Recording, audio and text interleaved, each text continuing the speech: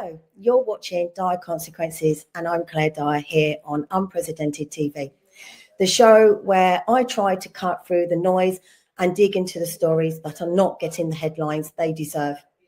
Some of you may remember back in November 2023 in Biggin Hill, a village in Greater London, a woman was struck by a ULEZ enforcement support car in what can only be described as a hit and run. For those that don't know, ULEZ stands for Ultra Low Emission Zone, a scheme aimed at cutting air pollution by charging drivers of older vehicles that came into effect in 28th of August 2023 under the Mayor of London, Sadiq Khan. But this wasn't about emissions, and this was about a woman left injured in the road and a driver who did not stop.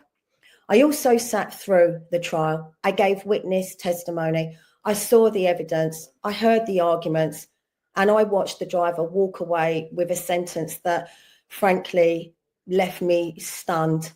And what's worse, there's been barely a word about it in the media. Tonight, I'm not just presenting this discussion. I'm a witness to what happened on that road and in that courtroom, and it's time the public heard the full story. So today, I want to welcome to the show Lembet Opik. Hi, good to see you, Claire. Can I first say to you, I'm so impressed with your investigative journalism over these last few months. Thank you. It really is an honor to work with you and to contribute to your show, because I spent a lot of time working on the output of Unprecedented, but everything you do makes sense. Thank you. Yeah, I mean, as most people know, that I have spent a lot of time out on the streets, but in a good way. I don't like to say activism, but campaigning, and that really took into action during ULEZ, when ULEZ came obviously to my village. And this was when people just came together in the local community and were blocking what was the camera vans that would come out to certain areas to try and catch non-compliant vehicles, to find them. And what happened on this particular day was there was actually a husband and his wife. The husband is elderly with dementia. The wife, I'm not going to say completely able-bodied, so not quick on her feet, as I put it, and two others. And on this night, there was 4 security that actually accompanied the van. And then there was the support car with 2 drivers, one for the van and one for the car.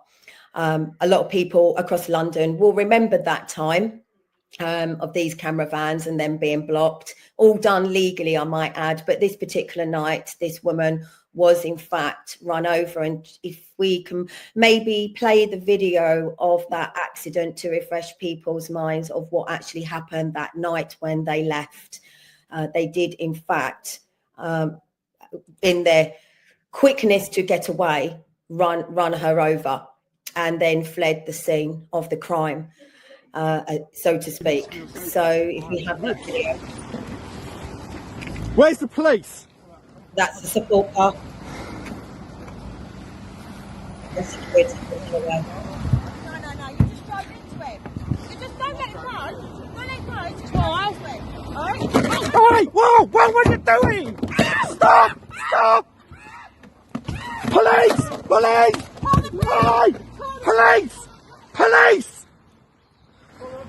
Follow that car!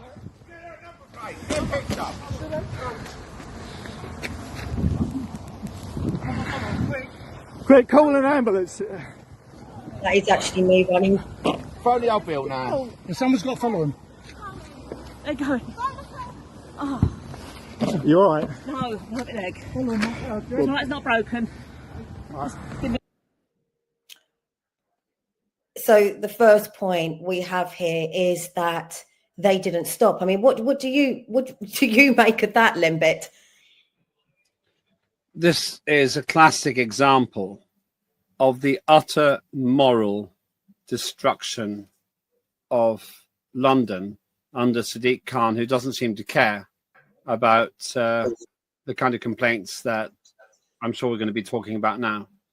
Ultra low emission zone, as you rightly pointed out, is a piece of nonsense by Sadiq Khan and some other politicians in London, pretending that large numbers of people are dying because of air quality. First thing I'll say to you, Claire, on your show, I want to see the actual evidence of it, because it's, in my view, a lie. I think that a small number of people who have got extreme breathing problems can suffer from bad air, but the overall majority of people don't. If there was a problem with bad air, why force them into London Underground, where the air is orders of magnitude worse than up at street level? So the fundamental reason this is happening is a lie. Now, what you just showed us there, Claire, is an example of somebody being run over, and then in an illegal way, the worker, right, who works for Sadiq Khan, runs away from the scene or drives away from the scene. This shows the utter moral corruption of Transport for London. And the fact that this wasn't simply dealt with without any case, in my view, suggests that we now live in a country and in a city which is morally falling apart. Well, as it turns out, I then followed them 6 miles down the road whilst on the phone to the police, by which that support car did actually attempt to get me off the road by cutting me up. I did actually stop them, stood in front of their van, by which the van then tried to drive edge into me, but I wasn't getting out the way and still on the phone to the police. But I was by this point standing on a roundabout, and had it not been for that, there would never have ended up being this case. But what has happened is it has now been nearly 2 years down the line, and all I can only say is that I personally would say that a lot of things were covered up. So from day one, they wouldn't allow the video footage. That video footage you have just seen, they would not allow it to be submitted. Why not? Their claim was because in the very first instance, the media, GB News, ITV, BBC, were very, very interested in this almost immediately. And that footage got played across social media and on mainstream media. And that was their claim, that they could not use the footage in case it had been tampered with. But we know that if they can actually authenticate it, and it's not the first time police have submitted video evidence that has been across mainstream media in the past, and do continue to do so. I don't know if you know of any cases or know that to be the case. But no, I've never heard of that before, to be honest with you, Claire. I've never seen that piece of video before. It's absolutely shocking. It all happened very fast there. What you're telling me is not only did TfL drive away from the scene, I think that's a pretty serious offence, but then they also ran somebody over, and it was only because you chased them that the thing went to court. So that was the first. I know. So that was the first thing that happened. They wouldn't allow the video. And even then, I know. And then what happened was there was a initial court hearing. I just be a bit rude? Can I just see that again? I'm not sure that. Can you get the studio to play it again? Yeah. You'll have to ask them. Oh, yeah, can we get the studio to play? I'm a guest. I know I work with you, but you're in charge. I'm sorry. Can we get the studio to play this again? I can actually talk you through what has actually happened there. So that's the security. Where's the police? You can just see Heather was to the right. That's the lady that got hit. That's another security flash shot. And he's now going to get into the passenger vehicle. Is that their car? Yeah, so this is their car. They also have body cam. There, she's now trying to walk out the way after already being hit, and she couldn't get out of the way quick enough, and he just drove into her and knocked her to the side of the road. And that is me running after them, by which I then went back to my car and followed them down those lanes for 6 miles. Were they breaking the speed limit? At various points, yes. I was able to catch up with them. I don't think they expected anyone to follow them. But what's happened since is, I would say, just constant errors within the justice system. So he didn't turn up to court cases, the driver, Michael Akinsola. His name was never publicised. There was then obviously a media blackout, so no mainstream media has covered one single court case. He filed a statutory declaration saying that he was unaware of the trial date, although he was actually given the trial date in the court hearing previously. So that statutory declaration was declined on that basis, but he did not turn up to the original trial date. So it went ahead without him, and he was found guilty. But obviously they couldn't sentence him because he didn't appear. It then switched courts from Bromley magistrates to Bexley, and we have no idea why. And then when it went to Bexley, Bexley court had no idea why they were hearing this case. They didn't know about him already being found guilty, that he should be sentenced. They were aware of the filing of the statutory declaration and believed that it hadn't been declined because he was to prove hardship. But what we found is that in one hearing, he said he'd been out of work for over a year. But then in another hearing, he actually said that he left a job to take on driving the support vehicles for TfL because it was extremely well paid. So he had already started lying. And I mean, how can a court make such massive clerical errors? Did they though? Did they, Claire? I mean, I've seen some photographs related to this. I don't know if they've got some here, but no. It seems to me that the fundamental point here is he's a servant of the people, like Sadiq Khan, transforming work for the people. And what we're getting here is the complete abdication of responsibility for their crimes, and more than anything, a willingness to try to cover something up which is an absolute London disgrace, but a national disgrace. That's how I feel. Well, he had no representation. In the first hearing, he claimed the accident never happened and that a man had jumped on the bonnet of what? Yeah.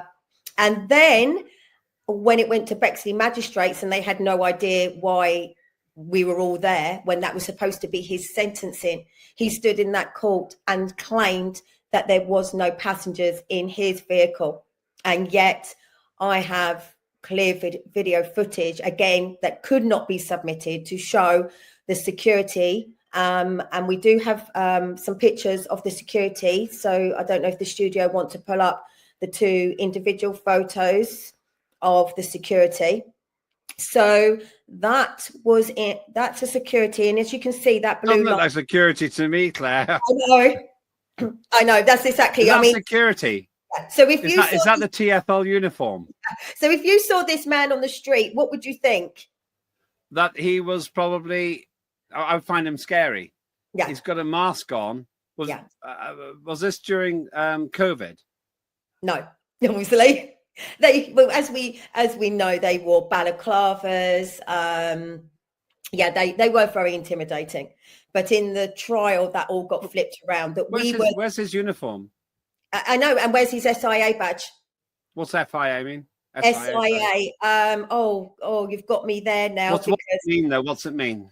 Do you know what? Is it some kind of security proof or some kind of evidence? Yes. So it's. This is really bad, isn't it? Because I should. No, nobody knows what SIA actually stands for. But I guess it's some sort of security thing. It is. So anyone who does security, door security, close protection has to be SIA regulated and on a register, basically. So they have a number and their name and an expiry date. So it's the Security Industry Authority. There you go. I remembered. You've got a pretty nifty team there, Claire. Yeah. Yeah, He doesn't look SIA registered to me. He just looks like a man, just a guy. Yeah. So as you can see, there's a blue light there. So that means that his body cam is running and working. I thought it was just a badge, a happy badge. Yeah, no, that is actually body cam in the middle, and that blue ring is showing that they are recording. Two of them were in fact recording, and yet no video footage was supplied for the for the driver's defense, basically. So we don't know what happened to that. I personally believe that they didn't want it shown because it would have shown the truth of what happened before and after. If you go to the, if the studio can go to the next picture of the other security. No, that there's another security in blue with a beard. If the studio can find that. Don't blame me. No, I won't. I'll blame the studio. That is, in fact, the support car. That's the vehicle the driver was driving when they hit Heather. That's one of the vehicles they Hang on, the car registration. It's unequivocal. It's absolutely obvious who that is. Well, there was probably a fleet of around maybe 16 Peugeots that were the support vehicles, all like that, with all similar reg, all CF23. And then the end reg, the 3 registration digits were different. That's me blocking a van. Thank you, studio. So that's what people did for a few months. Just stand there and block the cameras very legally, not touching the van, no criminal damage. I'm actually ignoring. That's a security officer, to, if you want to call her that, to the left, and I'm looking at my phone, ignoring her. Not interacting with her, just getting the job done and making sure no one gets fined. But there, as I said, there was another security that did get in the passenger of that vehicle, and he said in court that he was in that vehicle alone. So that was before they then decided they would go to a new trial date. So they basically called a retrial. Why a new trial date? Because for whatever reason, there was some kind of clerical error. And as I said, how does that happen? I mean, well, how does we are talking about the Mayor of London and TfL. I mean, I have to say, Claire, I mean, I'm a guest on your show, and therefore I don't really know the details of this particular case. But the whole reason we set up Unprecedented TV is to actually give a voice to the voiceless. And it seems to me you actually put yourself in danger. Somebody got run over by TfL. The driver, what was his name again? Let's make sure he doesn't run away from this. Michael Akinsola. Michael Akinsola. So he's been found guilty of something, has he?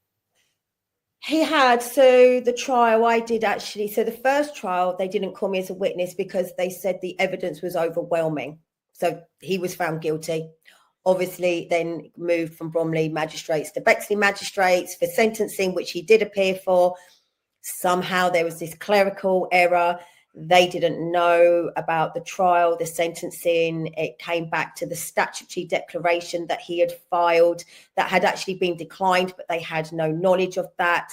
So essentially held it on the basis of him claiming hardship, even though he had said in one hearing he had been out of work for a year, but in another hearing he said that he left a job to take on the ULEZ job. So all of that got overridden, and the judge at Bexley decided that it would go back to a retrial, which is what we had.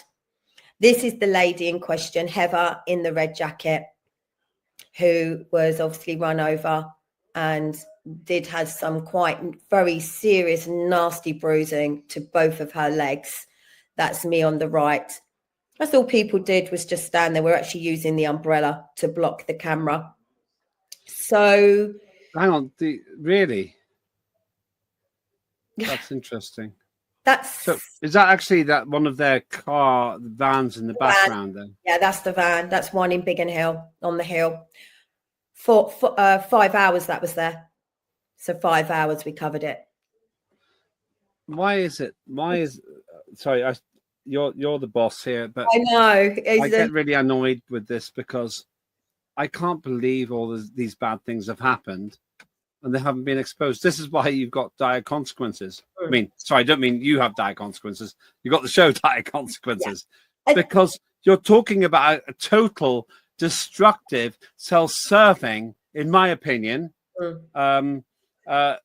corrupt system where if you weren't there, they could have got away with this. And it sounds to me that this Michael Akinsola character has, to an extent, got away with it. This is my opinion. I wasn't in the jury. I bet you there wasn't a jury. No. I think he got away with it. It's unfortunate because, you know, Heather, it's been almost 2 years for Heather, and she obviously couldn't work. She's a driving instructor, so she couldn't work and lost money. Her husband has dementia. She has land where she has horses, pigs, sheep, I believe, and she had to get people to help her do that. I really wanted her to come on, but she just felt like she couldn't after what has now happened, because justice hasn't been served. And unfortunately, I have now, not only am I presenter, but I would say / guest on my own show now, being obviously there at the scene, being an eyewitness, and obviously giving testimony as well. So I think we will stop there for a minute and we will go to an advert to take a look at a brand new show that is coming to Unprecedented TV. Poor kids are just as bright and just as talented as white kids.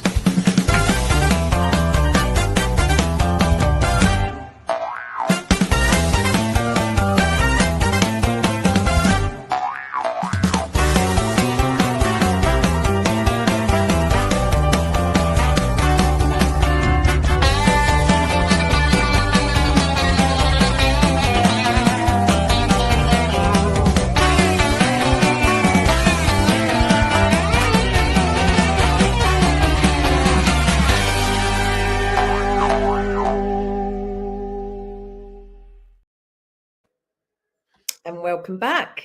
That looks like a good show. Sorry?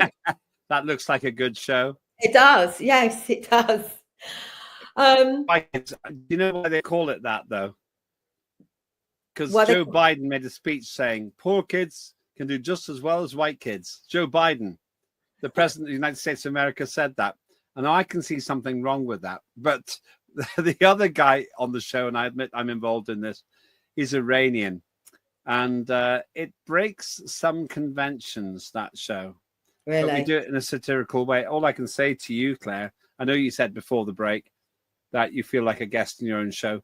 I'm not surprised. We live in a surreal world. But the thing is, you are presenting this to the world. You are the one person who's actually bringing this to the airwaves. Well, this is the thing. I wanted to get out because there has been no mainstream media coverage on this. As I said, they all jumped on it in that very instant, you know, for the first 2 months after it happened. You know, mainstream media were interested. Every court case that has every hearing that has happened since in the last 20 months, you can't get mainstream media to turn up. And, you know, I've had some contacts. They haven't been interested. So I felt that really the only thing that I could do was use the platform that I've got to tell people what has happened since.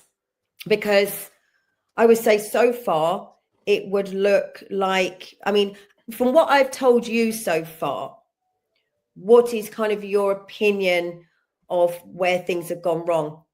Well, Claire, in answer to your question, as a campaigner, I am a campaigner when I'm not on air. I think that this country and this city of London has never been worse served by politicians. Sadiq Khan, I know him. I was a member of parliament with him.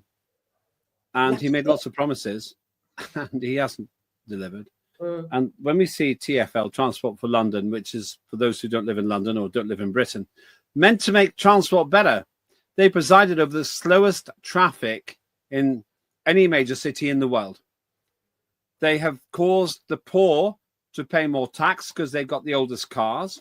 because of ULEZ, ultra low emission zone, which is this preposterous idea that cars kill people. Probably a tiny number, maybe single digit numbers of people a year die because of emissions. But think about the millions of pounds scrounged off the poor by the Transport for London people who are working at an incredible loss. And let's just remember, as I said before, that if you go into London Underground, you increase your exposure to particulate matter.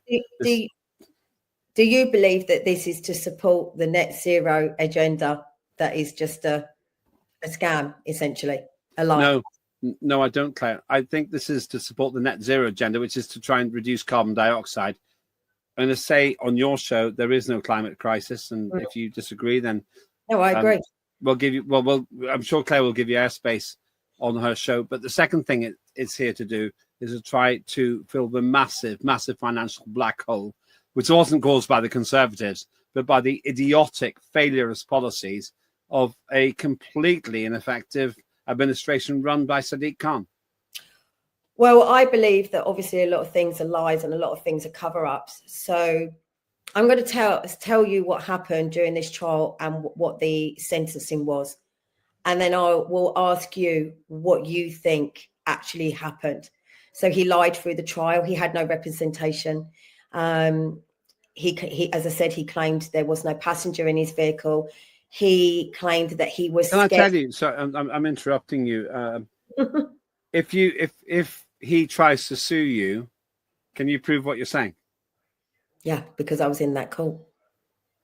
And I listened to it all. In fact, it was so hard to listen to. I got so angry by the fact that I knew this man was lying, and even lying about my testimony, that I actually started crying because I couldn't speak. And I was so angry that I could do nothing but cry tears, because he played a very good game, in my opinion. He played the race card. He claimed that the car door, we were attempting, not me, I wasn't there at that point, but we're attempting to open the car doors. Well, actually, I was there, because this is just before he fled the scene, that the rear wiper was pulled off the car, yet he claimed no damages. They provided no dash cam footage, no body cam footage. And we are talking about 6 of them, TfL representatives. He also has said that he has been previously SIA regulated as a security, yet he claimed he was scared for his life. He claimed that about 20 times over. Shivering, shaking, and that he actually wet himself. That's what he claimed, and he repeated that over and over again. And as I said, he claimed that we were telling him to go back to his own country. I can categorically state that never happened. What country? Wasn't he English? I don't know. One of the security was definitely English. I don't know, because he was wearing a mask. He was wearing a mask and never got out the vehicle. Hang on, so he was scared of COVID, was he? As I was saying, I don't know. What year was this?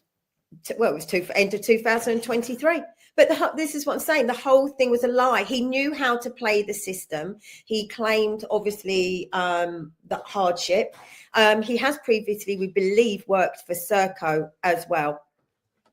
So what ended up happening was he already has 6 points on his license. He's been previously a bus driver. I would argue, do you think that if you are in a driving job, i.e. a bus driver, working for Serco, or driving a support security vehicle, do you think that you should have a clean license? I can't really comment on that. I'll tell you why, Claire. I think that we got very difficult driving regulations. We're obsessed with speeding because it's easy to deal with. And yet you've just said that this person, this, in my view, idiot, and he can sue me if he wants to. I'd love to see him in court for that. Run over somebody at low speed. So I'm not sure. I think the real problem is attitude.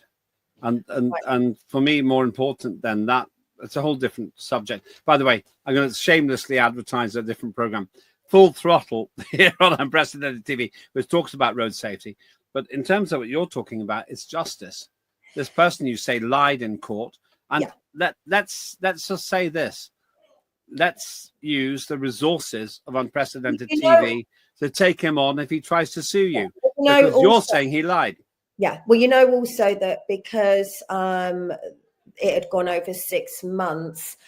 The offence, I believe, for obviously fleeing the scene, that couldn't be held. That got dropped.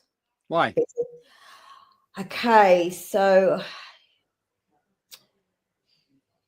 I can't actually find For some reason. For some report, reason. yeah. So basically, all of traffic summary offences have to be within 6 months. So basically, the judge said it had expired. So the failing to stop report an accident was dropped, but we can prove that he had already been charged within that 6 month period. So again, that's something else that does not add up. You know, the clerical errors, the delays, and not allowing video footage. Ultimately, what happened was he had already had 6 points on his license. The judge said she could issue 7 points or a ban, and she felt sorry for him. So basically, she didn't give him the 7 points, which would have been a minimum of a 6 month ban from driving, because obviously with the 6 points on top plus the 7, that would have been minimum 6 months, probably a year's ban. She didn't do that. She gave him a 2 month driving ban and only ordered him to pay £420 compensation direct to Heather Watt, the victim herself, by which he did not have to pay the Crown Court of £775 in costs. They were written off. The fine of £300 was written off. The surcharge victim, £160, was written off. And he only has to pay £50 per month back to her, even though she's under the impression that he's going to lose his job, but in 2 months' time, he could be working again. He also left that court, walked down the road and got into his vehicle and drove. After being banned? Yes. Do you think that justice was served, in your opinion? In my opinion, Claire, no. The thing is, you can make your case. I know people who have been treated in a terrible way. I know one person who was in an abusive situation and thought his children were going to be taken away from him, committed a traffic offence and lost his license. And he accepted his fate. He accepted his fate, though he did have a very strong defence. This man knocked over somebody, as far as I could see from your video, twice. Yeah. And for some technical reason, that wasn't allowed in court. You chased after him. He lied in court. By the way, I'm perfectly happy for him to come after me. Michael, again? Yeah. Michael something? Michael Akinsola. And the I can tell her, if you want to come after me, then I'll see you in any court if you think that I'm libeling you. People either tell the truth and accept their fate, and sometimes they do that, like my friend did, in very adverse circumstances where I think that he really shouldn't have been done. Or you accept that you lied. And the fact is, you represented TfL, you represented Transport for London, and you knocked somebody down. And you were, in my view, you were protected by the state. And I hate that. I hate it. That's why people are losing faith in the state. That's what I wanted to ask you. That's kind of what I was getting at through all of these, how this has played out. Would you say that this man was protected? It seems to me that either he was protected or TfL can come after me now. I'm your guest on this show. Prove to me that he wasn't protected. If you don't come after me, he was protected. I'll see you in court, because at the end of the day, this man appears to have lied. Yeah. And whether you pretend this piece of video exists or not, we can take this right to the top. I'll get my member of parliament, who hasn't been too fantastic till now, to be with me. I'll get my brilliant lawyer here. And also, most importantly, Claire, I'll get public opinion on my side, because I don't think anyone is going to be on his. They even tried to make out that we were dangerous, like I said, fearing for his life. And I personally found that very upsetting and insulting, because I said, that has never happened. That's not who I am. And I in my area attended every single van. And as I said, there was 6 of them to 2, I'm going to say politely, elderly people, 1 who has dementia and 2 other people. So, you know what? That's discriminatory against you as a protected characteristic, which is being a woman. Have you considered that? No, I actually haven't. And the other unfortunate thing is obviously Heather now has to obviously go for through TfL's insurance on this for, I'm guessing, a compensation. And what will happen if she wins her claim is that £420 will actually be deducted from the settlement. So there's no win, really. No, she's not won at all. She's lost massively. She's lost out far more than he has just by standing there. As I said, it was a lane. There was no pavements. There was a bit of a grass verge. And 1 minute, one security was happily chatting away to me. And then the next minute, there was all this panic and they were trying to get those vehicles out of there as quickly as possible. He knew she was there. He claimed that he didn't. But as you've seen from the video footage, how can you not, you know? How can you not? She was wearing high vis. There you go. That's her there, standing right there. And she was actually trying to cross the road. She's out of shot. This is what was played over and over in slow motion. So the judge didn't deny that it happened. She didn't deny that obviously he had driven into her as she was walking across. And then as she tried to regain her balance and then turn her back to walk away to get to the side of that grass verge, he just drove. And he has no remorse whatsoever. He has made out he is the victim. Because he was in fear of his life because of her. And her or husband. You. I never went. I didn't get as far as the car because I was talking to one of the security who was chatting to me. So I don't know why they needed to get out. The police had already been called. So that's why they were shouting about them not leaving, because they were already leaving the scene of a crime before that even happened. So I don't know. I don't know what happened. This is the speculation when it comes to the Mayor of London, TfL, ULEZ, their security. What is going on behind the scenes? It doesn't matter whether these security have assaulted people, intimidated them, wearing balaclavas, not wearing SIA badges. And now, obviously, this court case, this accident, which looked very clear cut. What's happened? What do you think, Lembet, is going on? Well, my last word on this is we no longer live in a just society. Sadiq Khan promised to cut knife crime. More people have been stabbed under his regime than before. ULEZ was meant to save lives. It was utter nonsense. Sadiq Khan goes for net zero carbon dioxide, which is utter rubbish.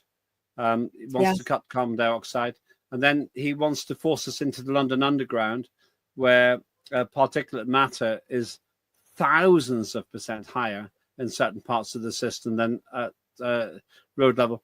Claire, my final answer to your question is we live in a crazy society. I don't know who you would vote for, but I wouldn't vote for them. Well, I wouldn't, no. And what I would say in this case is what Gladstone famously said: justice delayed is justice denied. And I would say that's certainly what happened in this case. I think you're completely right. You know what? Being on your show today makes me even more angry. I tried to stay out of politics, but I'm being dragged back into it. I'm not sure you and I share the same political views these days, but we might be able to share the same comment I'm about to make next. Labour, Conservative and Liberal Democrats are a disgrace. And when you see what we just watched in that video now, your investigative reporting shows that we live in a society which has become so corrupt, they protect liars rather than the people those liars work for. and the ones that commit assault as well. Yeah. It's So it what I seems would like it. Yeah. Thanks for letting me be on your show, by the way. Oh, thank you for coming on and talking to me about it. So to close, so the fact is I witnessed the incident. I sat through both trials, and what I saw was a system that massively failed, not just once, but repeatedly. The driver was found guilty, but due to court errors and clerical mistakes, the case was thrown out and retried. 2 years of delays, serious oversights, and in the end, a sentence that didn't even reflect the harm that was caused at all to Heather. And through it all, barely a word in the media. In fact, I would say a complete media blackout on this for the last 18, 20 months. This isn't just a legal failure. It's a failure of accountability, and people deserve to know the truth. I want to give people the truth the best I can. I investigate things and look at things with my own eyes, and I will try my best on this show to have those voices on, the ones that the mainstream media don't want you to hear, the ones that are being censored, for them to speak out, because I don't think we're going to get the truth from our government, and we're not going to get the truth from the mainstream media. So please keep tuning in. Tune in to Unprecedented TV. We have many shows here. You can find us on YouTube and on X. And please, just, if you want the truth, tune into Unprecedented TV. I'm Claire Dyer, and this is Dyer Consequences.